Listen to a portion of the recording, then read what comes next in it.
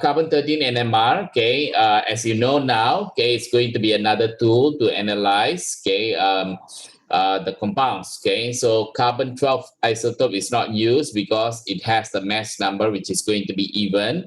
So they are not going to give you any signal in NMR. Therefore, okay, we must use carbon-13. Okay, and in what we have studied under proton NMR, okay, the reference compound that we use is still going to be TMS. Okay, do remember.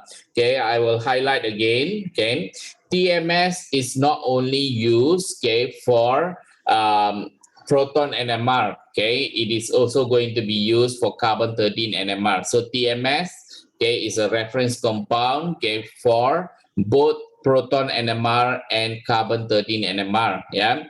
Then you will be wondering what we learned about the CDCl3. Yeah. The CDCl3, okay, is actually a solvent. Okay, it's a solvent that is going to be used for both. Okay, for both proton NMR and carbon-13 NMR, but just in the textbook they mention it slightly later. Yeah, so I will actually I put it over there. It appears, okay, even for the carbon-13 NMR, okay, there is no splitting. Okay, there's no splitting for carbon-13, and the heights are not proportional. So these are the two things that you need to take note about the carbon-13 NMR. Okay, but okay, when you put the sample, okay, in any carbon-13 NMR, or if you put the sample for proton NMR, you need to use a solvent. Okay, the solvent is going to be CDCl3. Okay, CDCl3. What is D? I think I already mentioned. D is deuterium, which is going to be hydrogen 2. Okay, hydrogen 2, deuterium. So CDCl3 means, okay, you have carbon and then you have hydrogen 2, Cl, Cl, Cl. Sometimes, okay, there are questions, okay, where they can ask you, why we use CDCl3 instead of using CCl like this, and then just use the normal hydrogen over there, okay, as a solvent. Okay, if let's say there are questions like that, okay, the reason why you can see from the structure itself, okay, solvent means you try to dissolve the sample. And then from the structure itself, you see the hydrogen, the presence of one hydrogen over there is going to give you a peak. Okay, they are going to interfere with your results. Okay, they are going to interfere the results. So if you use deuterium, okay, deuterium is going to be, because it's going to be even number, okay, they are going to minimize, okay, minimize the interference, okay, because the NMR will not pick up, okay, for the hydrogen. Okay, so they are going to minimize the interference, okay, and then you will have, okay, the very small signal. In this case, you might have some interference where they will appear in your NMR spectrum. So if you use CDCl3, okay, that's why they say you only have a small signal near 80 ppm, and that signal is ignored. Okay, so that is the reason, okay, why we use CDCl3 in if you compare, why not we use CHCl3 if there is a question like that. Okay, because in your syllabus it is mentioned. Yeah, you need to know why we use CDCl3 instead of CHCl3. Yeah, the reason is, okay, because, okay, we want, okay, we do not want a lot of interference, okay, because of the solvent towards our NMR spectrum. So this presence of the hydrogen 2 will minimize, okay, minimize the interference, okay, and therefore they will give you only a small signal. Yeah, so that is the reason for using CDCl3. Yeah, so the next part is, okay, we have learned about the table. How do you represent? okay, using the carbon, okay, the way we look at the carbon environment, okay, is they will highlight the carbon, okay. In proton NMR, they will highlight the hydrogen, yeah. And we went through this example, okay, these two examples, okay, yesterday. And okay, from there, okay, we tried some questions and so on. Okay, but today, okay, let's actually move on further, yeah. Maybe we try some questions, yeah. So you see, for compound B, okay, they have this 62.1% of carbon and so on. All this information, okay, this one, okay, even though I didn't teach you yet about the mass spectrometry, yeah, but okay, with your AS, okay, last time, okay, because we learned out under empirical formula and molecular formula, okay, you should know that, okay, how to use this data, because this data is coming from your mass spectrometer, yeah. But you do not need to study specifically mass spectrometer to answer this, yeah. So you see this one, it has carbon, okay, 62.1%. Okay, hydrogen 10.3%, oxygen 27.6%. So I need some of you to actually help me to calculate. Okay, because they need empirical formula. Let's calculate. Okay, divide by 12, divide by 1, divide by 16. Okay, I hope you still remember why we do this. Yeah. So you need to find, okay, the value. Okay, so can I have the numbers, okay, over here? 62.1 divided by 12. Just unmute, you can say. Okay, Arwen mentioned 5.175. So this is going to be 5.175. Okay, how about the oxygen?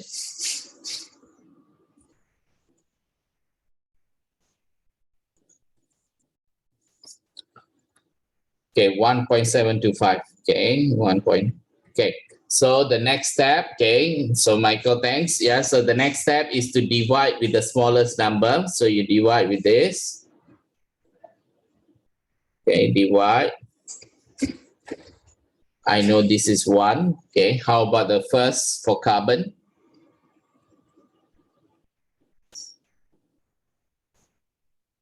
3. Okay, good. 10.3 divided by 1.7. Can you check? Is it 5? Okay, 5.9. Okay, so 5.9. Okay, let me check again, yeah. 10.3 divided by 1.75. Yeah, 5.97, yeah. So 5.971, yeah. So this one, okay, will help us, okay, to simplify further, which is going to be 361. Okay, so this is going to be your working. So the empirical formula of B, yeah, because they say only this amount. So if you add up, it's actually 100%. There's nothing else, yeah, 100%. So it means that this is going to be, the empirical formula is going to be C3H6, okay, O. Yeah, this one, okay, you do not even need to study. Yeah, you should be able to provide, okay, for this one. Okay, now from the mass spectrum, okay, find the molecular mass, okay, of B and its molecular formula. This one, okay, I will introduce now how to use. I think last time also you should have actually know, but it's okay if you don't know. Okay, always remember, okay, always remember when we look at the mass spectrometer, they will actually have some sort of fragmentation. Yeah, they are going to break the molecule, yeah, into many parts. So like certain fraction, just imagine like this is the entire compound. They are going to be broken, okay, into maybe small fractions, okay, small fractions. So this one, okay, may be represented by a number, yeah, and maybe this one represented by number, yeah, and so on. Okay, it's fragmentation.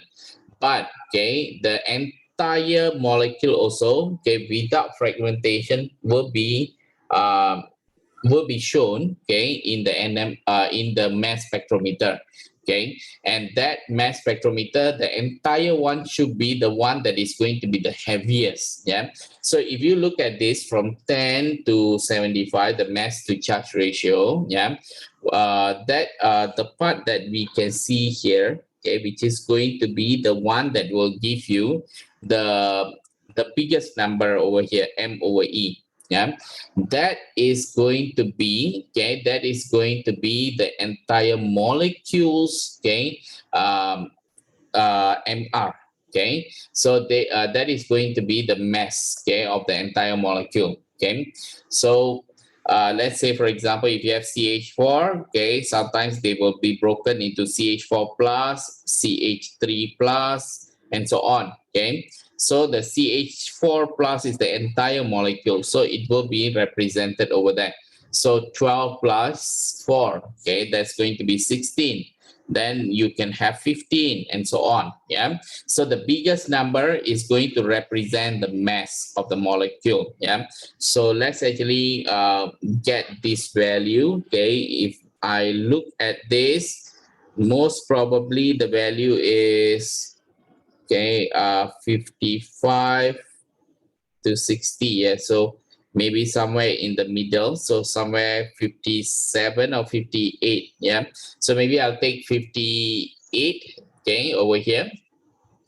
Okay, so I'll take it as 58. So, okay, here, okay, they say that find the molecular mass of B and hence, okay, the molecular formula. Okay, so if okay, let's actually move on. I think there I have separated the question into few pages. Yeah, so we have done this. Okay, so we already have done this. So just now remember 58 I mentioned. Let's take it as 58. Okay, so that's 58. So that's our molecular mass. Okay, so now using the molecular mass from, okay, this data, okay, we are going to find out, okay, what is going to be your molecular formula. Okay, how to do that? Okay, remember C3H6O, you put a bracket, you put N equals to 58. Okay, depending on what you how you have done in the past. Yeah, so this one you just need to find what is N. Okay, carbon is 12 times 3, then you have N, okay, 6 times 1, okay, then you have N 16, okay, then you have N equals to 58. Let's actually find out what is going to be N. Okay, so 42, 58, N equals to 58, N equals to 1. Okay, so I end up, okay, finding out that, okay, my molecular formula is the same as empirical formula. So my molecular formula is going to be C3H6O, same. Okay, so what is the next thing that they want? Okay, they want draw the displayed formula, okay, of possible isomer that contains a carbonyl group. So let's actually focus at the formula. Yeah, molecular formula C3H6O. Okay, C3H6O. They are asking you to draw displayed formula for possible isomers of B which contains a carbonyl group. So let's actually contain one carbonyl group over there. Okay, you have 3 carbon. So let's actually, they just want possible isomers. So if it is going to be like this, a ketone, okay, this is going to be one possible isomer. So if you have a ketone, okay, you can also draw aldehyde, which is going to be, this one is propanol. You can draw propanol. Okay, so you just need to bring the double bond O over here, H over here. The rest, you just put the hydrogen. So this is going to be the possible isomers. Okay, if I want to change the position, break the carbon and put there, no, it's not possible. Okay, so this is going to be the only 2, okay, possibilities, okay, that you can actually draw for here. Okay, now use the NMR spectrum This is how the questions will go. Yeah. So we are going to use the NMR spectrum. So I took the NMR spectrum, make it bigger, and I put it over here. Now use the NMR spectrum of B to decide which isomer is B. So now, okay, between these two, yeah, I have this or this. I need to decide. Okay, I need to decide which one, yeah, will belong to where. Yeah. So if you look, or I think if you really understood what I taught you and so on, okay, you can see that they have three different environment, okay, of the proton.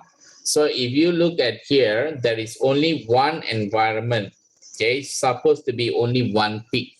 Okay, so here, okay, if you have three environment, you see this one represented by this H, another environment represented by this H, okay, and another environment is going to be represented by this 3H. Okay, so you can see that this 3 is going to be triplet. Y is triplet. Okay, let's focus on 3H first. Okay, this is going to be 2H. Okay, this is 1H. Okay, but if you look at the fragment splitting, okay, because the splitting will give you more information. Okay, so if I look at the splitting over there, okay, I do notice that 3 hydrogen gives me, okay, a splitting which is going to be a triplet. They already mentioned. Okay, if I look at this, okay, yes, there is CH2, so it's possible to have triplet 2 plus 1. Okay, so triplet. So this one is okay, matches. Okay, matches. And then with 2 hydrogen, okay, you can see that they are going to give, they didn't mention, but it's quartet. You can see there's 4. Okay, so if you look over here, beside is going to be 3 hydrogen as neighboring. So 3 plus 1, okay, you are going to get 4. So that one also matches. Okay, and then here, okay, the hydrogen, okay, they 1 hydrogen, but there is a triplet. Yeah, this one is actually YM. Okay, this one they say triplet. Okay, let's actually focus first. Okay, I think they are asking more detail on D. Yeah, let's actually wait first. Okay, but for now, okay, because we know that there are 3 different environments. Okay, I know that this one is belongs to propanol. Okay, propanol. Okay, propanol. So what is my reasoning? Okay, you see, it's either propanol or propanol. It is propanol. Why 3 peaks are present? Because 3 different environment. Okay, so if it is propanol, there's only 1 environment, so we don't want. Yeah. So now, okay, let's actually look at explain what caused, okay, the peak at 1.1. Okay, so now they're talking about 1.1. Yeah. Explain why the peak at 1.1 ppm, why it is split into triplet. I think that is because, okay, 2 hydrogen, neighboring hydrogen at the adjacent carbon, okay, that actually follow the n plus 1, so you will get a triplet. Okay, that one, I think the splitting is actually they're asking about that. Yeah, so you can actually see the peak, okay, it's split into triplet because 2 non-equivalent protons on the adjacent carbon. Yeah, then you are just using the formula to calculate n plus 1. Okay, so that one is settled. Okay, and then so I think still, yeah, okay, when I look at it, okay, I think this one is a typo error. Yeah, this is what I can conclude for now. Yeah, so I don't think so. It's a triplet. It's just a single. Okay, not a triplet. Okay, this is based on what I can see now. Yeah. Okay, but let's see. Okay, later on there is something about it. Okay, now so predict the number of signal lines, okay, present in on the carbon 13 NMR, okay, of compound B. Okay, so the compound B is going to be this. Okay, this is compound B. So I want to find out, okay, the number of how many environment for the carbon. Yeah, so if you look at the carbon, okay, this is going to be 1 environment for the carbon. another environment for carbon attached to 2 hydrogen. This one is going to be another environment for carbon, which is going to be attached to 3 hydrogen. So of course, different environment. So if you look at it, okay, you are going to have, okay, 3 environment, 3 signal line. Okay, so the answer is going to be 3. So origin of each line, yeah. So the origin, okay, the carbon, okay, attached to, okay, the carbon attached to 3 hydrogen, okay, and this one is the carbon attached to 2 hydrogen, okay, and this one is going to be carbon, okay, attached to double bond O and then hydrogen. Okay, so let's see how they actually give the answer. Yeah, so there are 3 non-equivalent carbon atom. Yeah, so the one with CH3, so CH3, the central carbon atom, which is going to be CH2, okay, CH2, and then the carbonyl carbon, okay, so they are just focusing on this carbonyl compound. So carbonyl carbon, okay, which is going to be the C double bond O. Yeah, so that why they mention specifically like that, okay, because when you look at the data here, okay, you will actually get the data like CH3. Yeah, and you will get the data like for example the CH2. Yeah, for example, this one next to alkene. So maybe CH2 is this one, okay? And then you will get the data for C double bond O, okay, let's next to carbonyl, yeah? So that's why, okay, they actually use the term carbonyl. So it's either the carbon is next to the carbonyl group. So I don't think so. Our case is not this one. Our case is going to be more towards here, the carbon that is attached to O. Okay, so this one, okay, which is this one to be exact.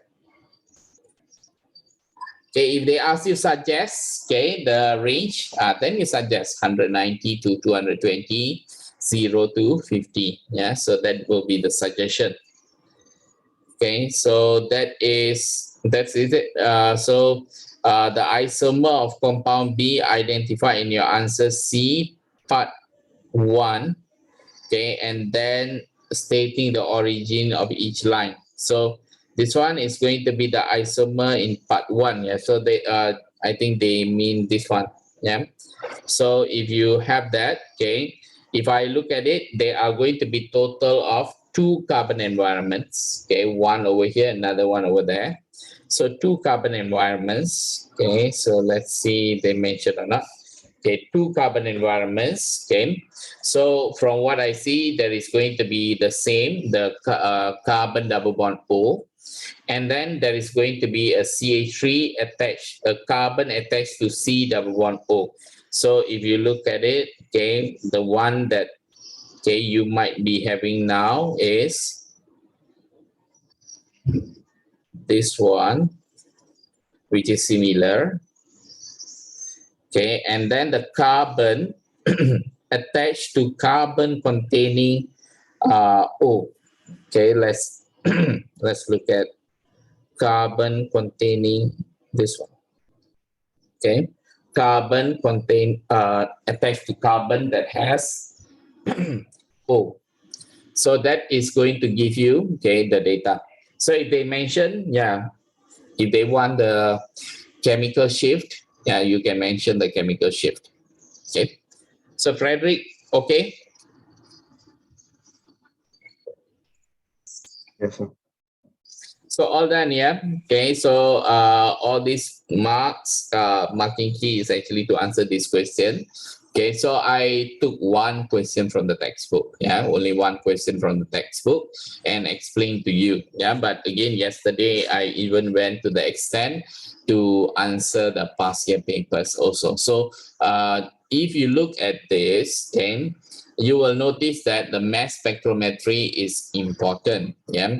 But I think they feel that, okay, the JC1 should learn about mass spectrometer first, okay, then later continue, okay, with the analysis, okay, and then they in JC2, yeah. But For your case, okay, it used to be here, yeah. So when I look at it again and so on, I think it is very important, yeah, for to learn about mass spectrometry. Mass spectroscopy. So I will actually put it over here. So whatever question that you have just now, okay, is going to be discussed over here also, yeah. So if you have a propanon, okay, a mass spectroscopy, okay, let me start